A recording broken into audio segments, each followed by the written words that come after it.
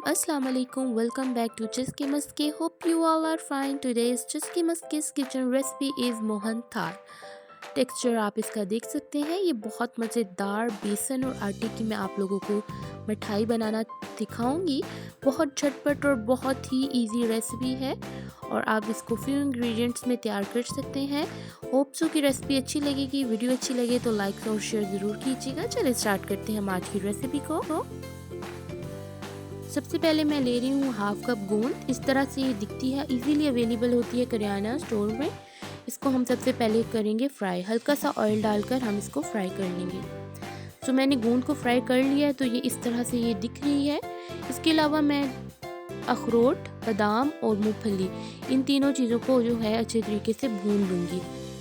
भून लेने के बाद इनको हम करेंगे हल्का सा क्रश, ज़्यादा पाउडर फॉर्म में नहीं करेंगे। तो ये सारे ड्राई नट्स और गोंद को जो है मैंने अच्छे तरीके से कूट लिया है।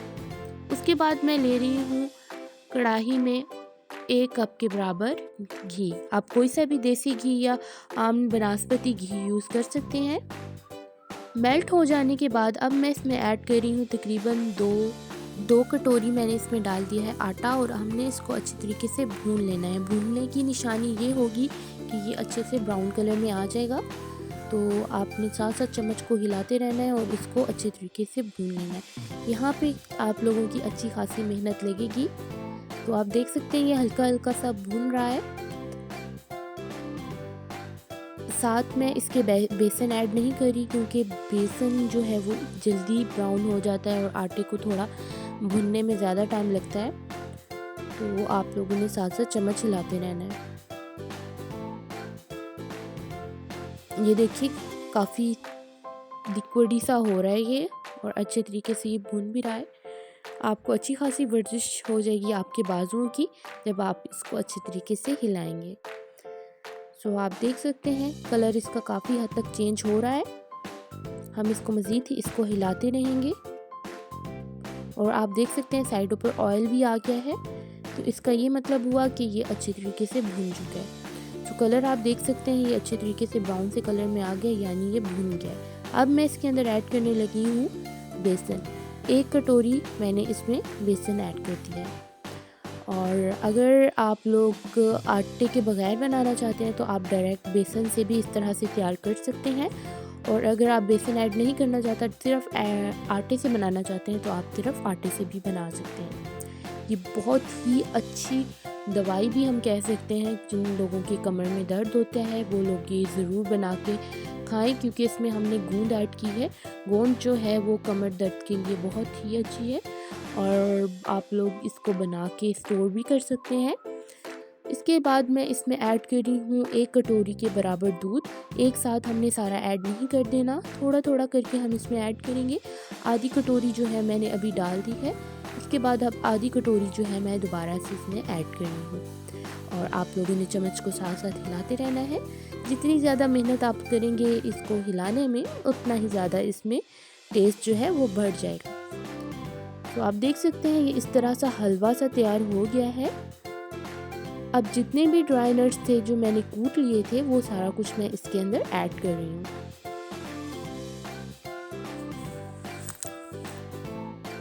सो अब दोबारा से हम इसको हिला लेंगे।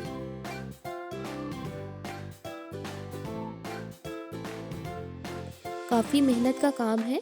आप क्वांटिटी चीज़ों की जो है वो कम भी कर सकते हैं अगर आप थोड़ा बनाना चाहते हैं, और अगर आप इससे ज़्यादा बनाना चाहते हैं तो आप क्वांटिटी इससे ज़्यादा भी कर सकते हैं। सारी चीज़ें जो है वो अच्छी तरीके से तकरीबन मिक्स हो चुकी हैं और हमने ये सारा काम जो है ये मीडियम फ्लेम पे ही किया है। ये अच्छी तरीके से तैयार हो गया। अब मैं इसको निकालने लगी हूँ अलहदा बाउल में। ये देखिए मैंने निकाल लिया है। अब इसके बाद हम तैयार करेंगे शीरा। शीरा बनाने के लिए मैंने ली है तकरीबन 2 कटोरी चीनी। उसके बाद मैं इसमें डाल रही हूँ तकरीबन 2 ही कटोरी मैंने इसमें पानी ऐड किया है। 2 से 3 अदद मैंने इसमें इलायची डाली है, कूट के नहीं डाली, डायरेक्ट ही डाल दी है। अब हमने इसको हिलाना है और इसको मेल्ट होने का इंतज़ार करना है। जैसे कि आप देख सकते हैं कि चीनी अच्छी तरीके से मेल्ट हो रही है। चम्मच को मैंने अच्छे तरीके से साथ में हिला लिया है। काफ़ी हद तक चीनी जो है इसमें मेल्ट हो चुकी है। बबल आप देख सकते हैं इसके ऊपर आ रहे हैं, मतलब ये मेल्ट हो गई है चीनी। हमने उतनी देर तक पकाना है जब तक इसके अंदर एक तार जो है वो बन नहीं जाती। तो ये देखिए अभी ये अच्छे तरीके से तैयार नहीं हुआ, हमने थोड़ी देर और मज़ीद पकाना है। सो आप देख सकते हैं ये इस तरह से की कंसिस्टेंसी में आ गया है, इसका ये मतलब है कि ये अब बिल्कुल रेडी हो गया। और आप देख सकते हैं कि शीरा जो है वो थोड़ा सा थिक भी हो गया और इसकी देखिए तार भी बन रही है। अब हमने जो अपना ये हलवा सा तैयार किया था ये सारा हमने इस शीरे के अंदर ऐड कर लेना है और इसके बाद आपने दोबारा से इसको अच्छी तरीके से मिक्स कर देना है। काफ़ी मेहनत का काम है और अच्छी खासी जान की ज़रूरत होती है ये सारे काम करने के लिए।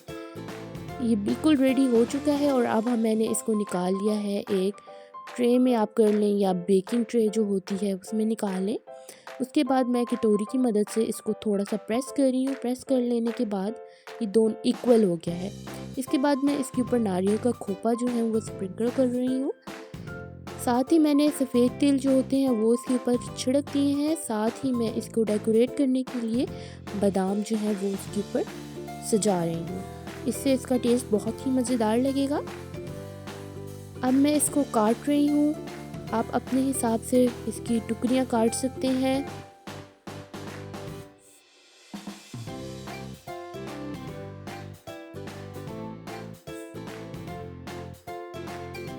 ये मैंने गरम गरम ही काट लिया है। अब थोड़ी देर हम इसको ठंडा होने के लिए छोड़ देंगे। रूम टेम्परेचर पे ही ये तकरीबन 10 से 15 मिनट में बिल्कुल अच्छे तरीके से ठंडा हो जाएगा।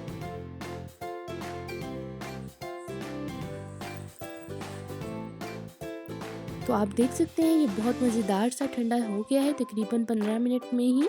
अब हम इसको निकालते हैं एक प्लेट में और मैं आप लोगों को दिखाती हूँ कि ये देखिए कितने मज़ेदार सी टुकड़ियाँ तैयार हो गई हैं और आप इस तरह से बनाकर ज़्यादा सारा स्टोर भी कर सकते हैं।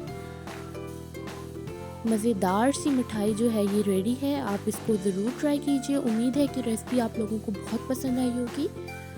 इस तरह से आपने निकाल दी हैं टुकड़ियाँ और ये सर्व करने के लिए बिल्कुल ही रेडी है।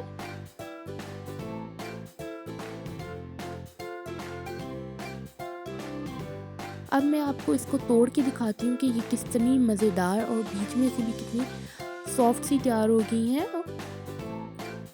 ये देखिए इस तरह से आप बनाएं और आप बच्चों को भी दे सकते हैं और जो बुज़ुर्ग हजरात हैं उन लोगों को भी दी। और मुझे उम्मीद है कि रेसिपी आप लोगों को पसंद आई होगी।